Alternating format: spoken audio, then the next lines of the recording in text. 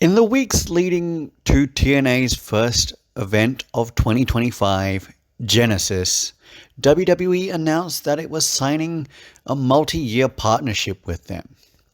So in this video, I analyze what that deal means for both companies and professional wrestling overall. Hello everyone, and welcome to another episode of Sudden Impact, your premier destination for news about TNA Wrestling. I'm John, and without further ado, let's get started.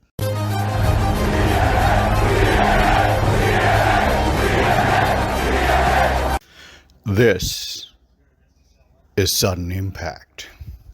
TNA Wrestling has undoubtedly had the best start to 2025 than most other professional wrestling companies, with announcing an international TV deal in Canada, re-signing wrestlers who are currently involved heavily in their programming, moving their tapings and events to larger venues, the announcement of a working agreement with WWE, which is a much better deal than the one they had with them in 2024.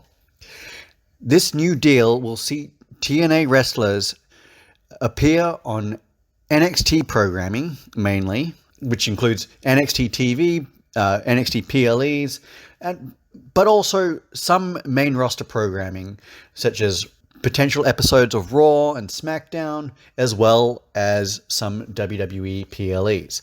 Now, this is very intriguing with the Royal Rumble coming up on Sunday.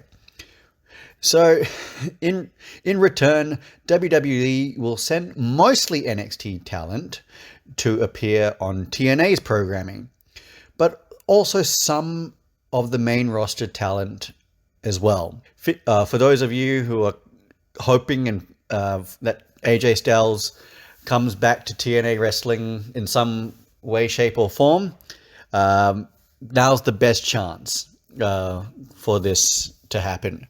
So with that, as I said earlier, the Royal Rumble is Saturday, and current TNA World Champion Joe Hendry will be in Indianapolis, where the Royal Rumble is happening over that weekend.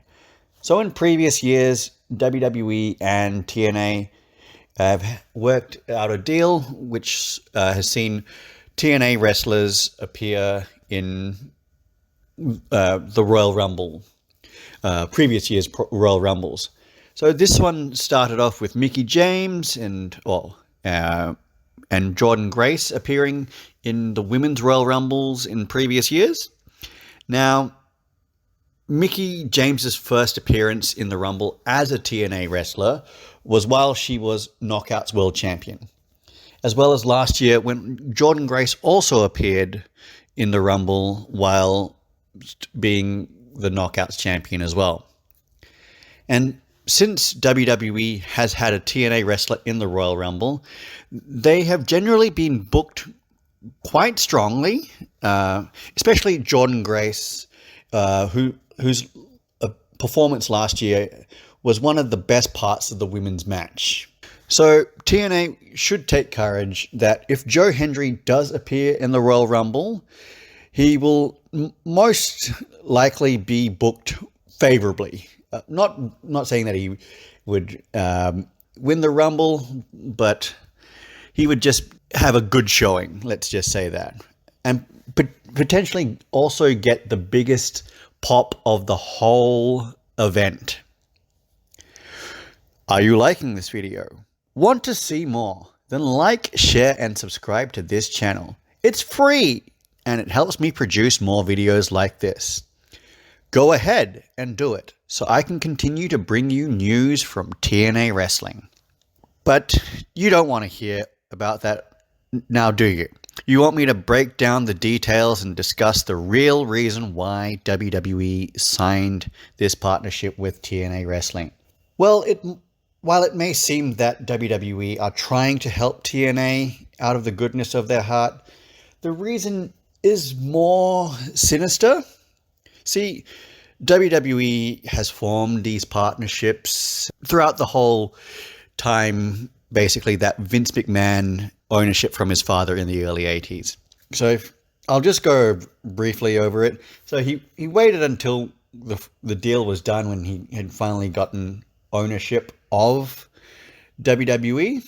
And then he effectively destroyed the territory system in the United States and Canada by offering each of those separate companies, biggest name wrestlers, more money than they could have ever dreamt of. Like, that money was made by being rather ambitious and strong-handed with his dealings with the broadcasters, and even owning some venues which they ran shows, and basically signing exclusive deals with the other venues, so it would lock the other companies out from running their shows in those particular arenas. So as the territory slowly closed, WWE swooped on all of their wrestlers, as well as their TV slots, if they had any. Now, this was the main reason why Vince McMahon did that. He wanted to take the WWE national, and the only way that could be done in the 80s was by buying other companies and taking their TV slots. Now, this was done by Vince, who saw every other wrestling company in America and the world as just simply a feeder system to the WWE. And this was said by him and by people close to him in the Mr. McMahon Netflix documentary. And so he would do anything to get the biggest names to sign for him, as well as their TV slots. Now, this practice continued into the 90s with Smoky Mountain Wrestling and ECW, also in the 2000s with the actual purchases of WCW and ECW. In the 2010s with the US independents, including most notably Evolve and Ring of Honor, as well as the UK and European scene with ICW, Progress, and WXW in Germany, all signing similar agreements with the WWE. And the only way WWE's new partnership with TNA is different is that they are sending notable NXT wrestlers to TNA Wrestling. Now, this was reported by Wrestling Observer newsletter and several other sources, stating that WWE is assisting TNA Wrestling with signing new international TV deals with the broadcasters that previously aired them before they moved to Netflix a couple of weeks ago. Now, this is done so that AEW is prevented from signing deals with those broadcasters themselves. Now, this also includes potentially signing a deal with WWE's former United States broadcaster, the USA Network, as well as getting onto the streaming service Peacock. As far as WWE buying TNA Wrestling, though, it was also noted by several sources that it won't happen anytime soon, as TKO, WWE's parent company, is facing a lawsuit with their shady business deals and being examined under a fine-tooth comb, and most likely it will in the near future. But TNA has also upped their game, selling out larger venues, holding live tapings, and starting to sign those international deals with the former broadcasters of WWE programming.